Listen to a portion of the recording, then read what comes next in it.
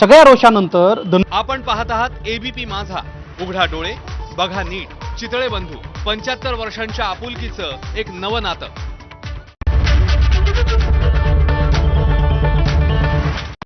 Headlines brought to you by Chitale बंधू.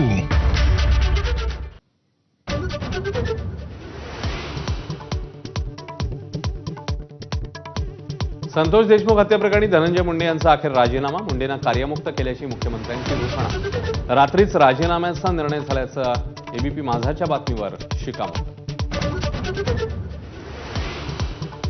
मुंडेंचा राजीनामा नैतिकतेच्या मुद्द्यावरून राष्ट्रवादी काँग्रेसची माहिती, तर वैद्यकीय कारणावरून राजीनामा. स्वतः धनंजय मुंडेंचा ट्विट करत दावा, तर नैतिकतेचा न सुद्धा नाही सुप्रिया सुळेंचा हल्लाबोल.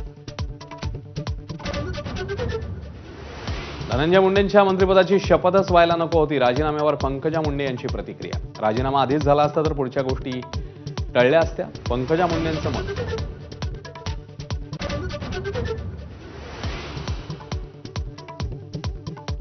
धनंजय मुंडेंच्या राजीनाम्यानंतर छगन भुजबळांचं पुनर्वसन होण्याची शक्यता. मंत्रिपदासाठी प्रकाश सोळंके, अनिल पाटील, संजय बनसोडे यांची नावं चर्चेत.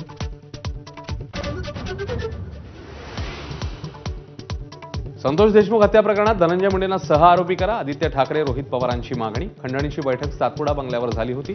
सुरेश धस यांचा आरोप.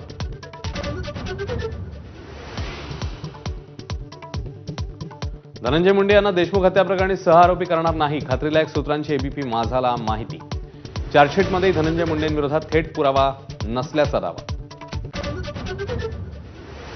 धनंजय मुंडेंची आमदारकी रद्द केल्याशिवाय गप्प बसणार नाही, अंजली दमानी यांचं आव्हान. तर हा राजीनामा नाही, ही तर हकालपट्टी. करुणा मुंडेंचा हल्लाबोल.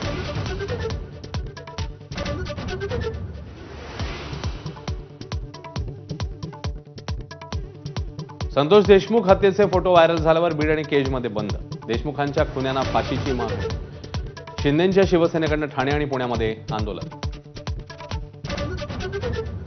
विधानसभेच्या विरोधी पक्षनेतेपदासाठी भास्कर जाधवांच्या नावाचं पत्र ठाकरेंकडून विधानसभा अध्यक्ष राहुल नार्वेकर यांच्याकडे सुपूर्द. 2.5 वर्षांसाठी विरोधी पक्षनेतेपद मिळावं, शरद पवारांच्या राष्ट्रवादीची मागणी. औरंगजेबाचं उदात्तीकरण करणारं वक्तव्य अबू आझमींना भोवण्याची शक्यता. निलंबनाच्या कारवाईची मागणी. वादंगानंतर अबू आझमींकडून वक्तव्य मागे घेत असल्याची घोषणा. स्थानिक स्वराज्य संस्थांच्या निवडणुकीबाबत सुप्रीम कोर्टामधली सुनावणी पुन्हा लांबणीवर. निवडणुका घ्यायला हव्यात, दोन्ही बाजूंची कोर्टामध्ये भूमिका. सेबीच्या माजी अध्यक्ष माधवी पुरी बुच यांना मुंबई हायकोर्टाचा दिलासा. मुंबई सत्र न्यायालयाच्या गुन्हा नोंदवण्याच्या आदेशाला 4 आठवड्यांची स्थगिती.